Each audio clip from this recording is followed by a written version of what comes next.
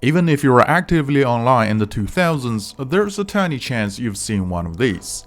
This is the iBuddy from 2008, a bizarre little desktop companion that will flash, dance, and react to whatever something happened in your MSN Messenger. Today, I'm unboxing this brand new iBuddy I found in a dollar shop recently and see if it's still gonna work at all. And if it does, can I restore its function to the level it was advertised almost 2 decades ago? Even back then, during the peak of messaging service, these things were very little known and were treated like novelty gadgets only for collectors and hardcore fans. And then they disappeared along with the Messenger itself in 2013. Before we jump into the project, let's talk a little bit about the MSN Messenger, in case you're unfamiliar about it. Microsoft launched the MSN Messenger in 1999.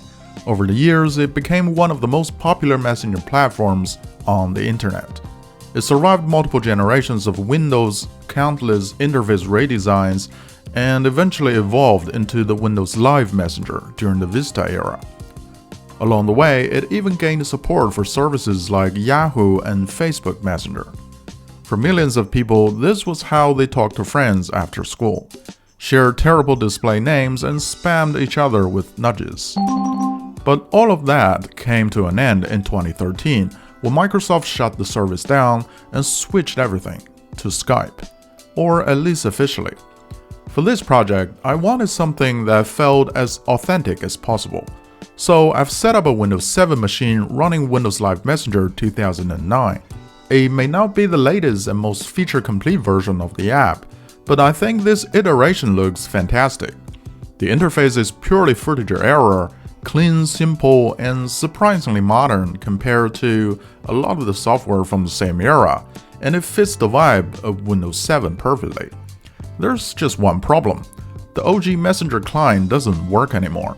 At least not on the Microsoft servers. So how are we supposed to log in? Fortunately, there's an incredible community project called Escargot. Their goal is to restore old messaging services and allow classic Messenger clients to connect again. First, I head over to their website and create an account, which is going to be the one you use to log in with the patched Messenger client. Then go to Download section and download whatever version you like to use. Here I'll go with the 09. The setup will then install the original Windows Live Messenger on your PC. Run the patch after installation, and now it's the moment of truth. I enter my Escargot credentials, click sign in, and we're in, just like that. Honestly, this feels a bit surreal, looking at everything that are both familiar yet almost forgotten at the same time. Let's see if everything is still there. The contact list, the status indicator, all the themes and customizations, they're still available. And what truly brings me back is the notification sound.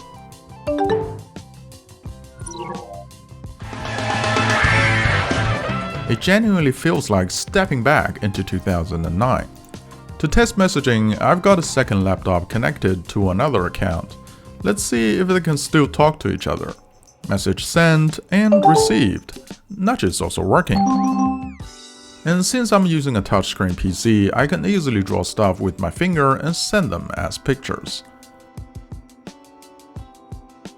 Now that our Windows Live Messenger is officially alive again, it's time for the main attraction. Here's the iBuddy itself. If you've never seen one before, it connects through USB and reacts to Messenger events. It lights up, moves around, and flaps its wings when there are new messages, emojis, and nudges. At least that's what it's supposed to do. This unit has quite a bit of smudges on the body, but they came off pretty easily with a few wipes of a napkin. And now it looks good as new. Let's sort out the drivers first. There's a tiny little CD that contains the software to control this little buddy. And surprisingly, it came with a serial number, which is somehow non-skippable during the installation. It's really weird when you see a special key to unlock a driver installation. I mean, you already paid for the hardware, right? The installation went pretty smooth on Windows 7. Then I plugged in the iBuddy. Somehow the driver software just refuses to launch. I tried several times, compatibility mode, rebooting the computer, nothing. Then I noticed the iBuddy Manager software is in 32-bit, but my Sony is running on a 64-bit version of Windows. Could this be the culprit?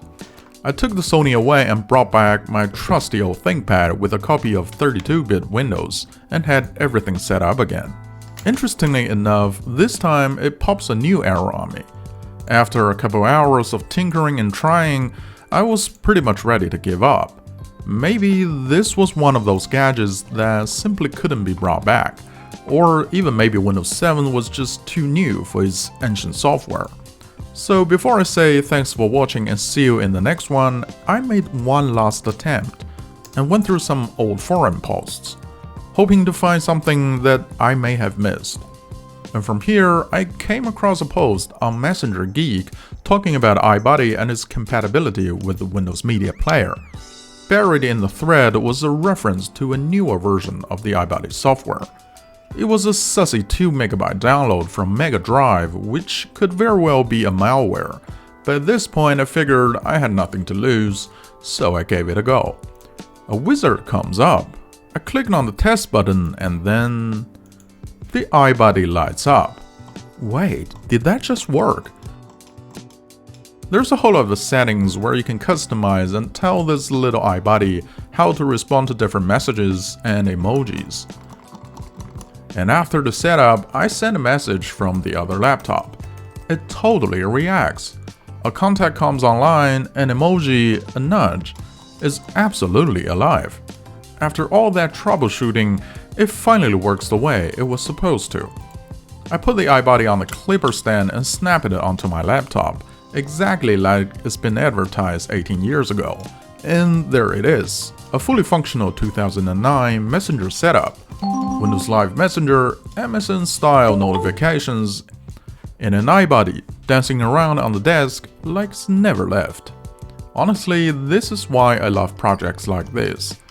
The technology may not be particularly useful today, but it's incredibly satisfying to rediscover these forgotten gadgets, track down obscure software and drivers, and somehow make everything work again. It's like digital archaeology, and every once in a while you get rewarded with a little desktop robot celebrating your success. If you enjoyed this trip down the memory lane, please subscribe and hype this video to help it reach more people. Thanks for watching, and I'll see you in the next one.